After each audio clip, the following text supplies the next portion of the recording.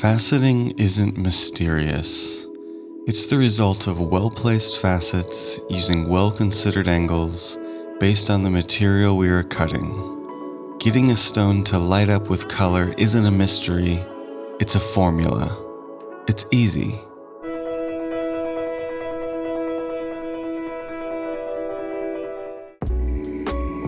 What is mysterious is beauty. That elusive, ephemeral quality that appears different for every viewer. As a cutter, I've been looking for new ways to create beauty in my stones. New forms, new patterns, new shapes.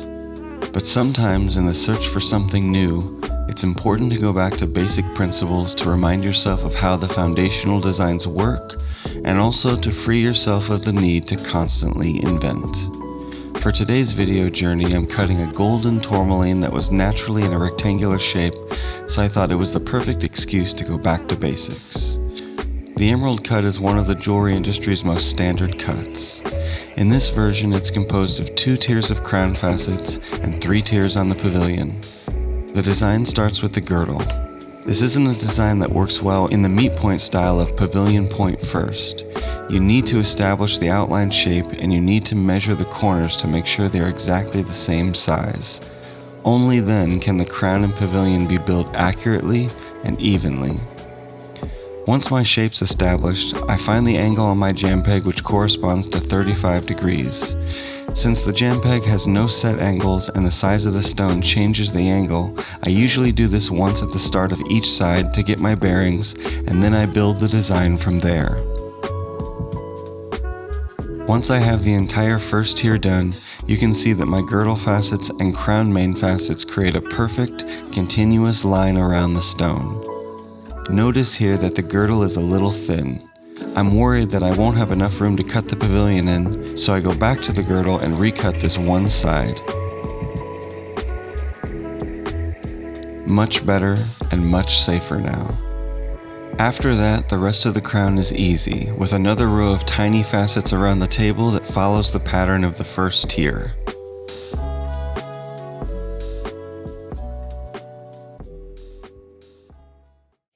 Now it's time to go back and polish all those facets. Once I have my tin lead lap scored and dressed with diamond slurry, I polish all the facets I just cut to get a mirror shine. This step is important for both color and sparkle and gives me a final chance to get all the meat points perfectly met as well.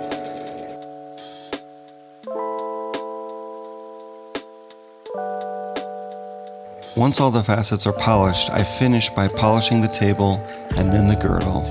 Now I can see that the entire surface is shiny and transparent.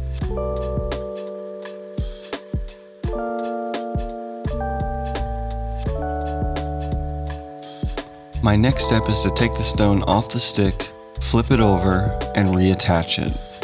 In the jam peg technique, the transfer is done by eye, and we have to make sure that the stone is level and centered by eye as well. This took me a lot of practice to learn, as it's not the easiest thing to do. Once it's back on the stick and aligned, I start to cut the facets for the pavilion. I cut in 3 rows of facets, and I make sure the 3rd tier, which makes the keel line, is steeper than the critical angle of tourmaline. This ensures that I get a mirror reflection throughout the stone that will help create a more saturated color as well as sparkle. Through the process of polishing the stone, I occasionally use the cheater to make sure all my facet lines are parallel and they meet each other where they're supposed to. Once polished, I have a very nice arrangement of facets, and all that's left to do is to take the stone off and clean it in alcohol so I can admire the stone's color and beauty. For this journey, I didn't need to uncover the mysteries of beauty, but only to follow in the steps of the cutters that came before me. It was a fun and refreshing exercise to clear my mind, but now I have to get back to my personal goal of finding a unique way of expressing unusual form and beauty in my stones. Thanks for joining me on this trip back to basics. This has been Justin K. Prim on the Gem Cutter's Craft. See you next time.